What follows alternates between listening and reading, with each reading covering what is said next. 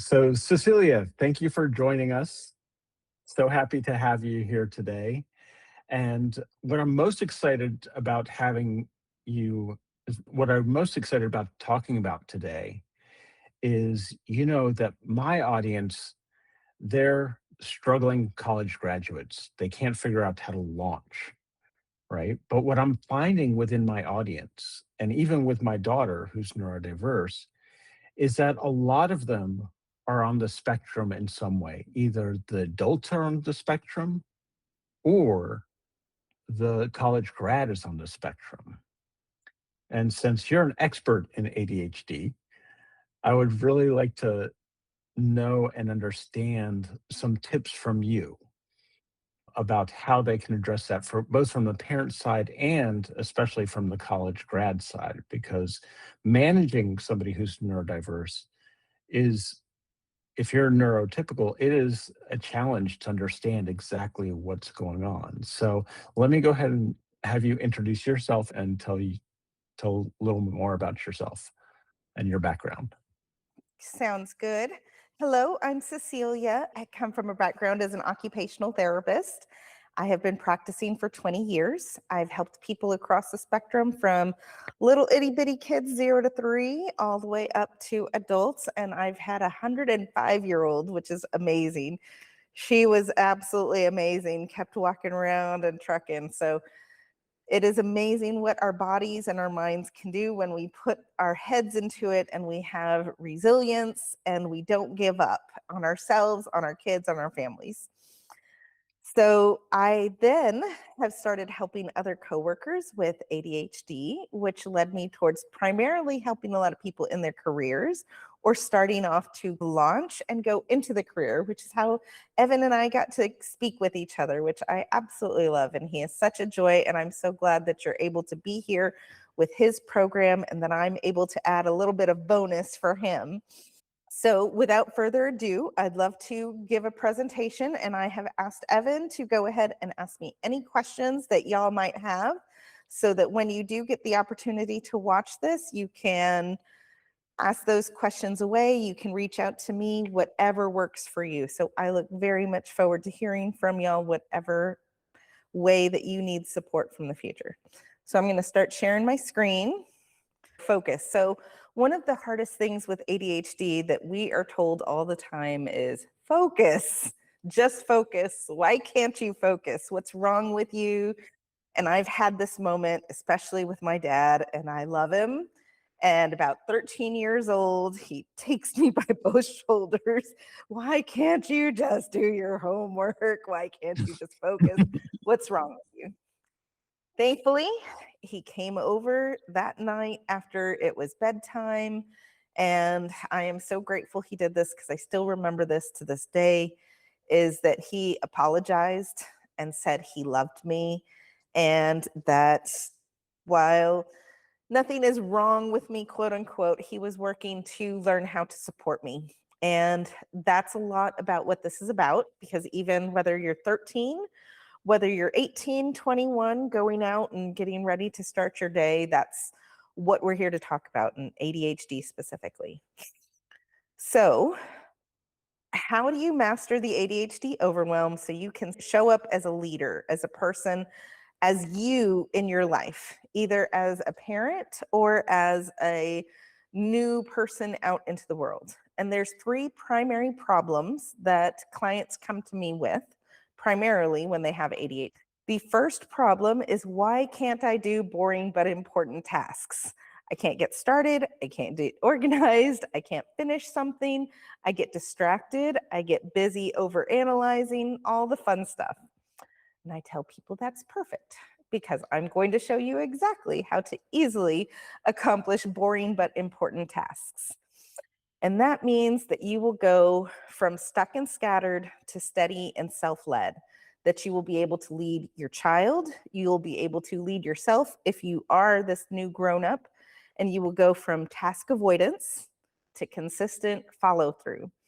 When you use the strategy, it will help you start showing up for the boring but important stuff, like turning in a resume instead of putting it off and putting it off and putting it off, Like, figure out some of the different things you want to be able to do without shutting down and spiraling. And especially if you're a parent, helping your son, daughter to be able to go from that avoidance is really key. And Evan's talk on avoidance and not going over and being stuck in that avoidance cycle is super powerful. The second problem people come to me with is they don't know where my time goes. With ADHD, we are what's called time blind. So I don't know if anybody's heard of being time blind before, or if you've been able to play a video game for 4 hours straight and then you're like, I need a pee, I need a pee, I need a pee. That is those of us with ADHD. Or, I'm actually thirsty. I haven't eaten in 3 or 4 hours. So this means you're going to know exactly where your time goes when you use this strategy.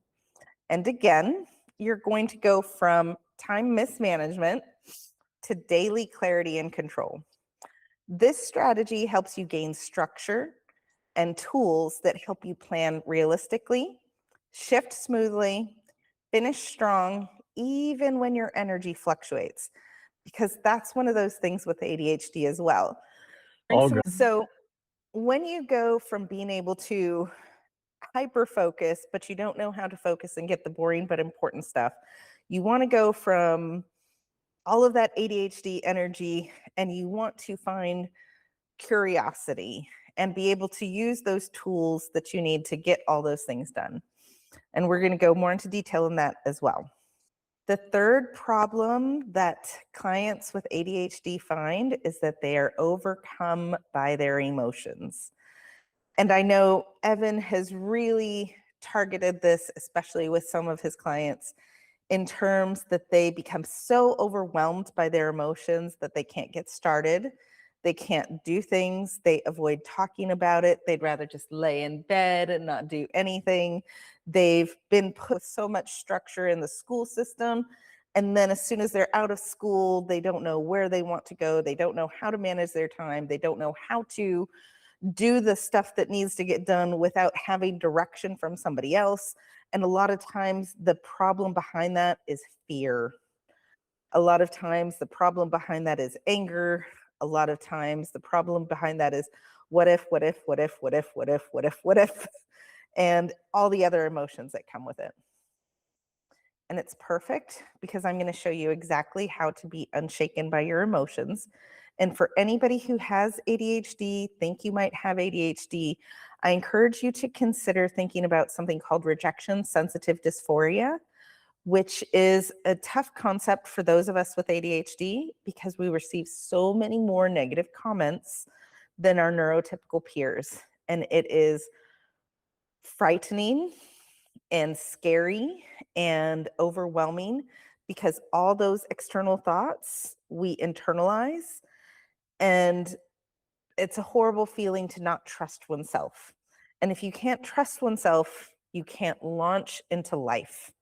So this goes from stuck and scattered to steady and self-led, from emotionally shutting down and getting paralyzed, being on the floor, just eyes crying, to being emotional, having emotional flexibility and having that resilience.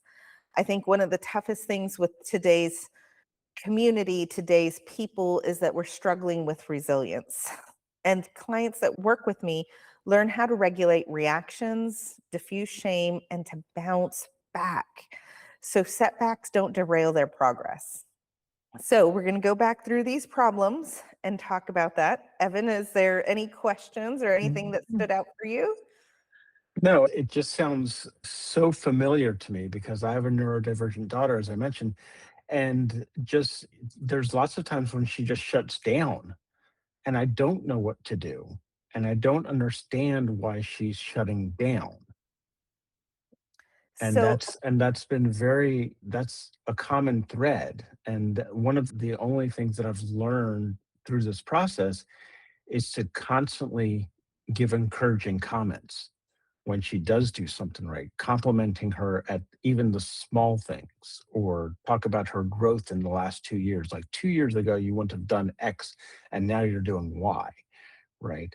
And so those are the things that are coming up for me as you're talking, is just like all of these, like, how do I get her to move, because transitions are hard. And I've finally understood that I wish I would have known you before, because overwhelmed by the emotions is what's happening to her.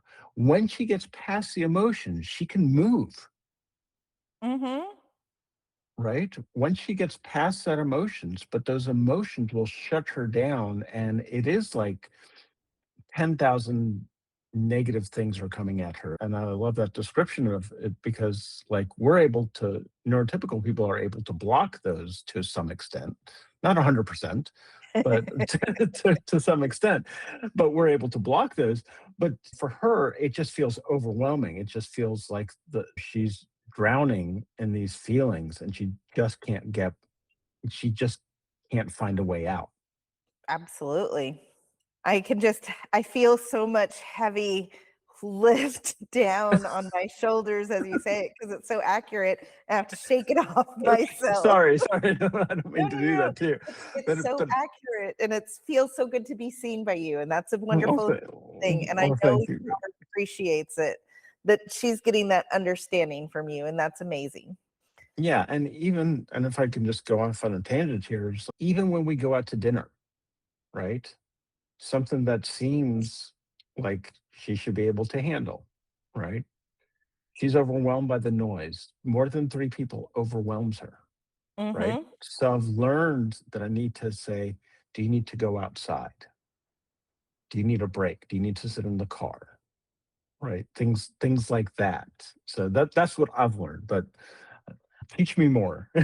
So we're gonna go a little bit further into detail in each of these Mm, 3 problems mhm, and go forward from there. So that first problem is, why can't I do the boring but important tasks? And I'm gonna show you exactly how to easily accomplish boring but important tasks.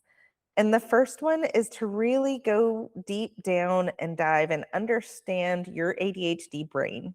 And we start with an ADHD brain audit. What that means is we look at understanding the executive functions, which is at the core and base of what's causing problems within ADHD.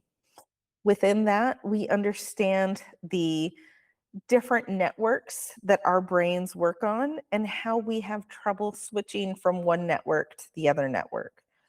Really understanding what triggers and works for us, because my ADHD shows up very differently than my husband's ADHD. I am forgetful in terms of I have to go back and forth from the car about 5 times every morning. I go and get my water bottle out of the car, fill it up, do the ice. Then I go over, do I have my keys? Oh, my keys are in my purse because I switched that last night. They're either in my purse or my work bag, one of the two places.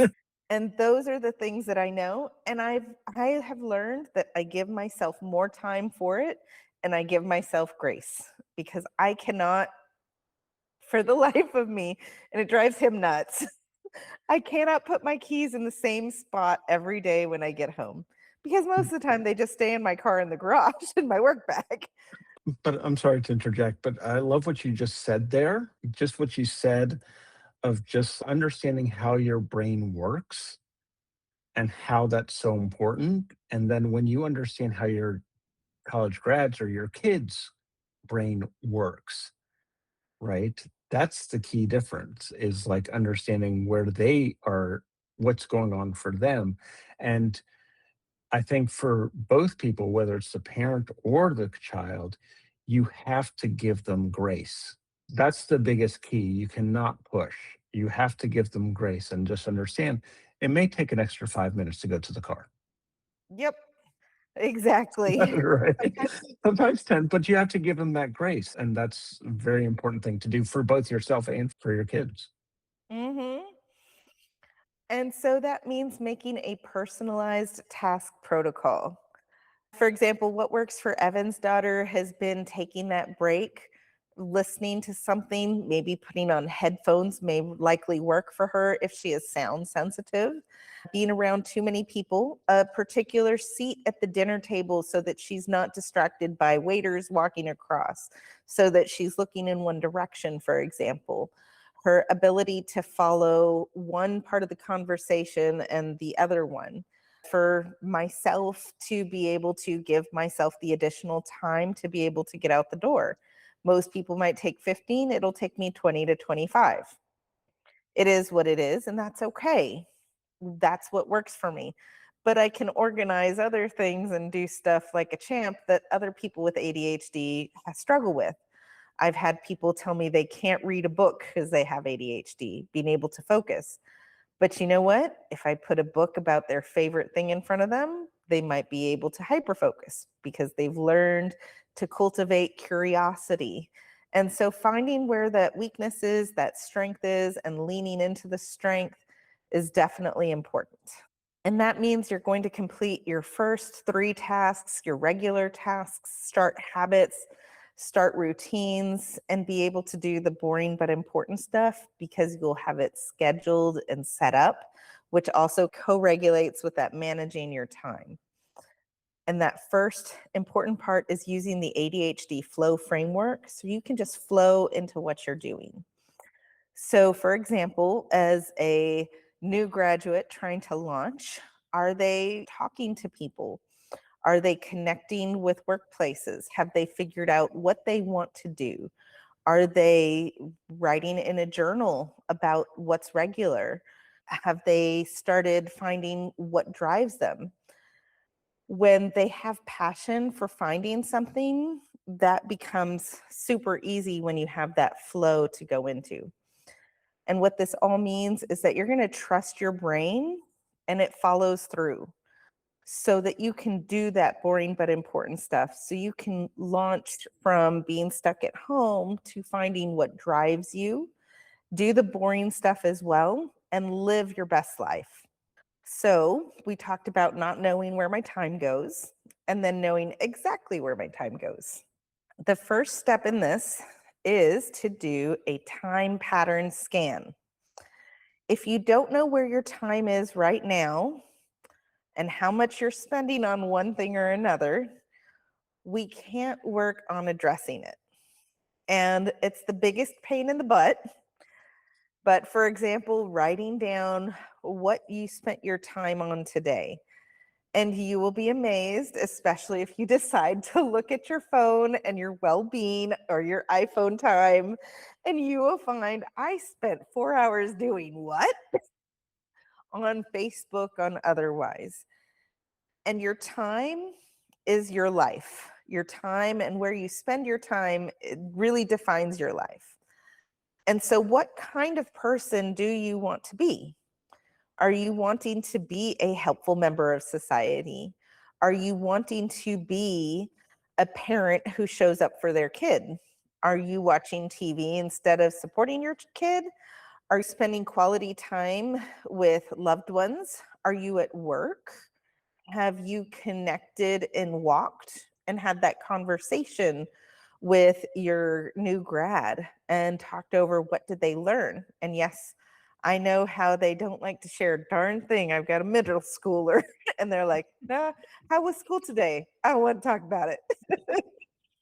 But going for a walk, going and connecting and asking, the open questions around it. So, and sharing about your day. So my day was a little bit of this, a little bit of that. I know that you were looking forward to this class or you were connecting with so and so. And I'd love to hear more if you're open to sharing. And opening up as that invitation is important. And when you look at your time and how you're spending that time and how they are spending that time, opens up a lot of awareness, most specifically with one of the executive function skills that we address in the ADHD flow framework and your ADHD brain is metacognition, the ability to think about your thinking, understanding where your time goes. The next part with that is you want to make your time tangible. And one of the biggest tools that I recommend for people is when you write down what you've done throughout the day, you started up from get up time. Did you push the snooze button and set it for 30 minutes? Did you get up and brush your teeth, walk the dog? How much time did that take? Did you make your coffee? Did you spend that looking over what you did, or did you go straight to Facebook or Instagram? How much of your time did you spend scrolling, swiping, everything else? Write it down, find where it is, and use circles. So, for example, let's see, if you have an entire circle filled in and it's all the way filled in, it'll disappear too fast on me. But if it's all the way filled in, that is an entire hour, for example. But if you have a circle and you fill in half, then that's going to be 30 minutes. And when you see something that's tangible like that next to a task or next to what you've done, you can really visually see, like an analog clock, how much time you're spending doing different things. And then the question also becomes, what does that time spent say about me and what I'm doing and how I'm living my life? And that means you're going to be able to get started on your passion project. And that's the passion project protocol. So when you know you have a project, and I recommend using the pinch framework.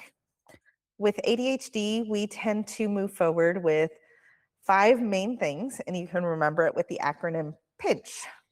Passion, interest, hurry is this H, C is the challenge, and N. But all those things help us to go forward and make those things matter and know where our time is so we can do the things that really go for us. And so for your new grad, you want to find out what moves them, what brings them great joy, what is passionate for them, what they're interested in, what they are challenged by. So, for example, my 12-year-old, he has decided he's going to take a college course this summer in history, 12 years old.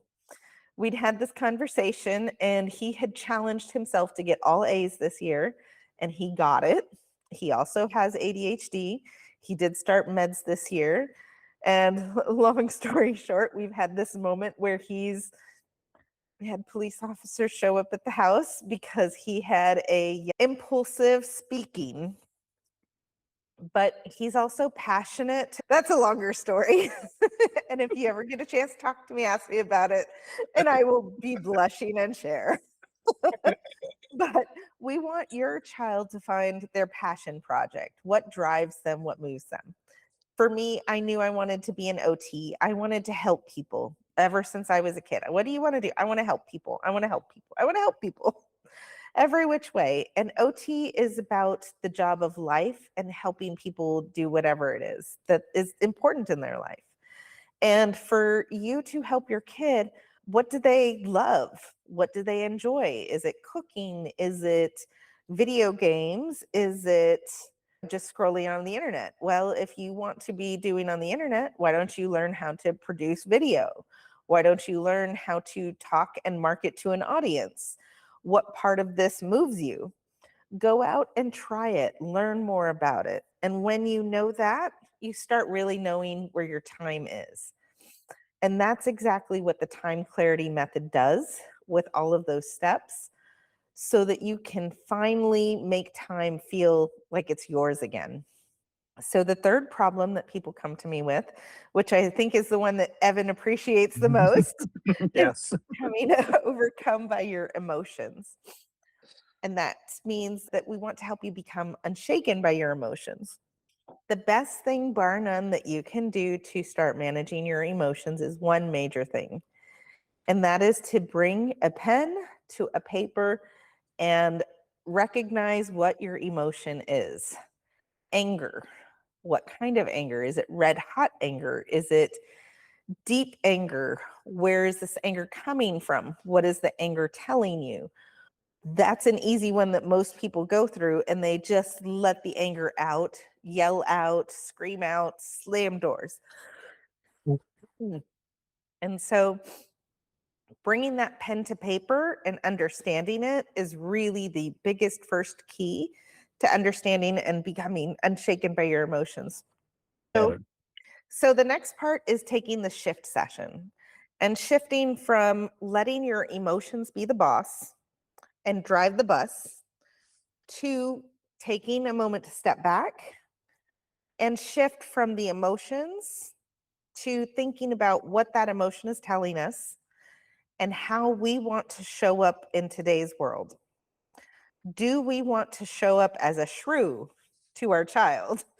Do we want to, you need to go do this and you need to go to work and you need to make money and bring in this? I see Evan making notes. Probably not the energy we want to go with. Because we stick in our heels, we push away and we say, Mhm. no, thank you.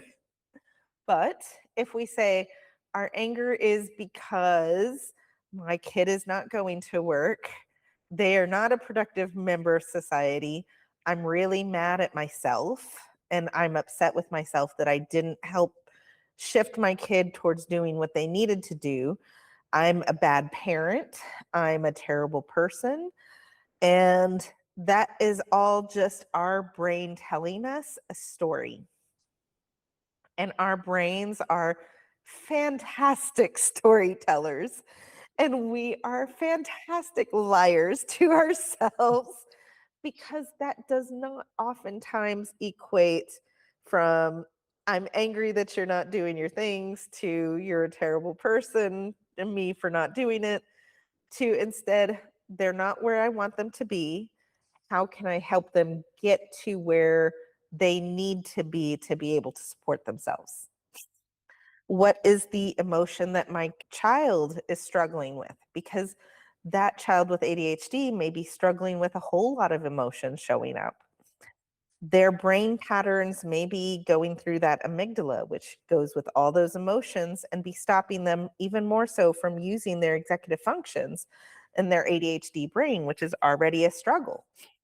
So going from there and figuring out through all those emotions, shifting from being reactive to taking that moment to respond is key. And that means you start integrating those emotions in the integration ritual. And you take those emotions and you learn how I want to show up in this world, how they want to show up in this world. And you start integrating all of that together. So, yes, we have emotions, but we don't need to react to every single one with a slam door. We don't need to react to our child telling us no with a, you're going to do what I tell you because I told you so, which does not always help. Just the opposite. I call this the emotional flexibility playbook. So it means that you have the emotional flexibility to do what you need to do, live your life how you want to live it, even when it's tough, even when those emotions show up.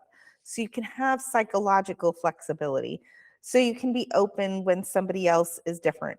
And most especially, your emotional intelligence is not necessarily causative, but it's very correlative, meaning it does not mean emotional intelligence directly affects it, but it has an effect upon how successful you are in your life. And being able to learn yourself how those emotions work, how to manage your response to emotions is very, very key. That together comes to Focus Formula, which is my program and what I do, and how I help others to focus by addressing their ADHD, managing their time, and not becoming overwhelmed by their emotions. Evan, any questions?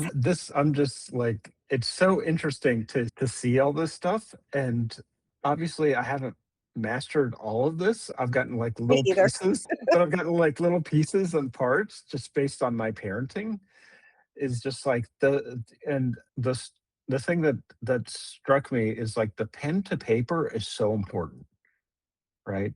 The pen to paper, I can't tell you. I told my daughter, like she was in college, she was having a bad roommate issue. And then the roommate just like before they could even like meet with the RA and have a meeting about that, the roommate just left, disappeared into the ether, right? And Dun, dun, so dun. that just like disappeared and didn't show up anymore. She didn't show up for the meeting, much less show up for this for as a roommate. So she just left. And so my daughter was sitting there with all these emotions. that were really, that's all she could think about was like, what did I do? What did I say? What did, like going all around. And I said to her, I was like, Lila, you have to process these emotions. And the best way to do it is to just put pen to paper and write until you're exhausted. Write until you cannot write anymore. Because otherwise, all those thoughts are going to be going around a pinball in a pinball machine, like just like ricocheting all the bumpers and And you stuff like never that. Never, you never get the high score, right? actually. But exactly. But she did that process, and she felt so much better. Now she knows that whenever something bad happens, that she has to process it that way. It's good for it's so interesting because a lot of these techniques are both it's that are good for neurotypical people, right? Mm-hmm. Managing your time, figuring out where your passions are. And but I love the way it all comes together because what I talk about in my program is obviously finding their interests, right? Well, just like what she said, when does time disappear? When do they light up? Right? Because that passion is going to move them forward faster than any sort of motivation or pushing. Mm. And once they understand that, and it takes experimentation, right? That same experimentation that we fostered in childhood, where we said, pick out your sport or pick out your instrument, is the same experimentation that we have to do now, right? Mm. And to your point, once an ADHD person finds their passion, they can go deep on it and never get bored. I consider it a superpower of mine. I told my daughter, it's a superpower that you have because once you're passionate about something, you go. You go like 1,000 miles per hour, where most people would be like, oh, I'm exhausted. I can't go anymore. So I Just think make sure that's, you go to the bathroom. or just make sure you go to the bathroom and make sure you eat. Right. But it's that sort of thing is like she can, you know, you want to talk about Harry Potter and dogs? She could talk about that all day, Mm-hmm. right? She can talk your ear off about Harry Potter and dogs because she found those as interests. And that's what she's doing as a career. She's doing, she works at a humane society. So, and she loves it because she's like, I'm helping dogs. And even though it's part of the things that she doesn't like to do, like cleaning up pens and cleaning up poop and right, all those sort of stuff, because she's so passionate about those dogs, right? She's willing to break through those barriers of uncomfortable things that she doesn't like to do. Getting up in the morning, right? Yes. Right. Driving 45 minutes each way to that. But I just love the whole framework of what you're putting together because it really there's so many pieces and parts. Like executive functioning for a normal person is hard, right? Because Mm-hmm. we're constantly doing adulting. But for an ADHD person, it's even harder, right? They can't plan. It's harder for them to plan. They have to have systems, and the system once they have a system like yours, right? Once they understand all those things and they follow your system, then they can't break, right? They can't less likely to break, right? Because they know exactly what the system needs to be in order to launch them. And that's the beautiful thing is that a system can be very flexible because what might work for you at 18 is not going to work for you necessarily at 21, at 26. But being able to learn, okay, this is what I'm good at. This is where I'm not so good. This is where I need to have some extra time. This is where I don't need extra time. This is a system that I can use for my papers, and this is a system that I can use for my time management. And I can adjust it like this and like that. And I can choose a few different ways to modify for what works for me. And even if my energy level isn't 100% today, like for your daughter, yes, she'll drive those 45 minutes over to her workspace, but she may not be able to have the 100% and take out all the big dogs, but she could go walk small dogs on that day and say, hey, my energy's not 100% today. I need you to do the big dogs if you're up for it. I'll do the little dogs and still work and make life very meaningful and still show up for her day. Maybe she's not able to write for an hour and a half on her pen and paper method and process those emotions, but she can do it for 10 minutes that day. And being able to adjust and accommodate so that she can find that passion project, or any of your clients can find that passion project and what drives them again. It's doing little tiny experiments, finding out what works, and continuing to move forward. So, Yeah, I couldn't have said it better. It's really about that experimentation and then just finding out what works, right? And going yeah. with that. And it may take several iterations to figure that out. It's not going to be overnight. And I know a lot of parents are frustrated because it looks like laziness to them. They're in their rooms all day, right? They're just not motivated, right? And I think for neurotypical and ADHD people, it's just that they haven't found what they're really passionate about yet. They're misaligned. They haven't figured it out, and they need that space and that support from a parent to say, it's okay, right? It's okay that your brain works differently. Just like your father came back to you and apologized, which I thought was very touching because he realized that he messed up, right? Mhm. He realized that he was not seeing you, Mhm. and when people don't feel seen and heard, they cannot grow, Mhm. right? And when your father was able to see you, then you're able to do things, right? Because Yes. he didn't say, why can't you do why can't you just get your homework done, right? But he had to take a step back and realize that it was that your brain processes differently than his. And kudos to him for doing that because I think that's what people need. They need grace. Back to what we talked about before, they need grace and they need compassion, right? Mhm. And the more you push them, the less they're going to move. Absolutely. It's so much to pull in and remember, and I remember just being so grateful for both my parents, for my dad finding that moment to apologize and shift from that space of just seeing me as lazy, which they definitely did for a time. And the L word is definitely a four-letter word in the ADHD world. And it's teaching again that effort and putting in effort, and things don't come without effort. But helping us go in the right direction for that effort is really important and key. Yeah. And being that supportive environment. It's like a Mhm. plant. It only grows with water, sunlight, and soil, right? And talking really nicely to it. Talking really nicely to it and not shaming it or making it feel bad, right? Mhm. You also talked about how the parent needs to regulate themselves too. For sure. Even a neurotypical parent may need to put pen to paper and say, where are these emotions coming from? What am I feeling? Why am I feeling it? Right? Yeah, I exactly. do. Right. And it can just be stream of consciousness. You don't have to use grammar. You don't have to use spelling. And it can be like all gobbledygook, but something's going to come out there, right? And some Because people will even do a video chat of themselves or a video talking. And when you see, if you ever look in a mirror or if you look in, like I know that I myself, when I'm doing a video call or anything else, I have to look away for a moment, because if I see all the emotions, all the stuff, that I can't process all of that. And it also can come across as inattentive, rude, any of those different things. But I know if I need to, I can share that with somebody.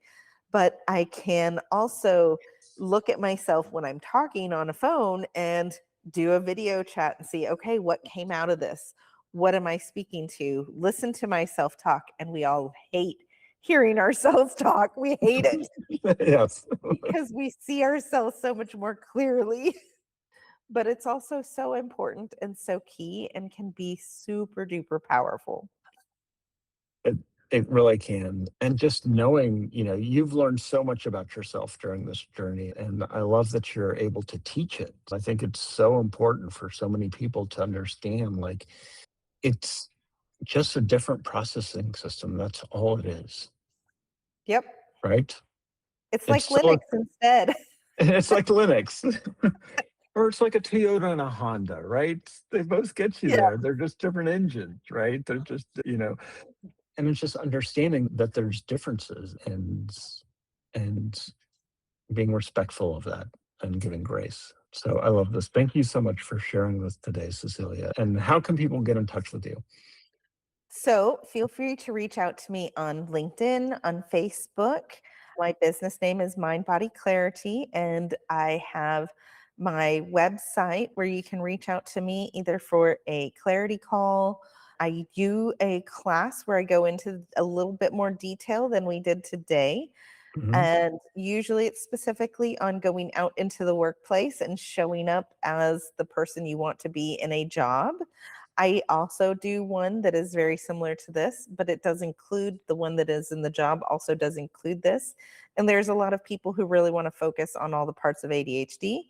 And I would love to have a conversation with you. I have a video class that's available and different levels of support, whatever you need or works for you and your family.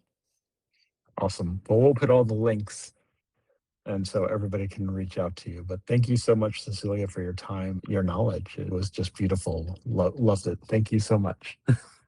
Thank you for having Thank- me, Evan. It is a Sure. pleasure. Thank you. All right.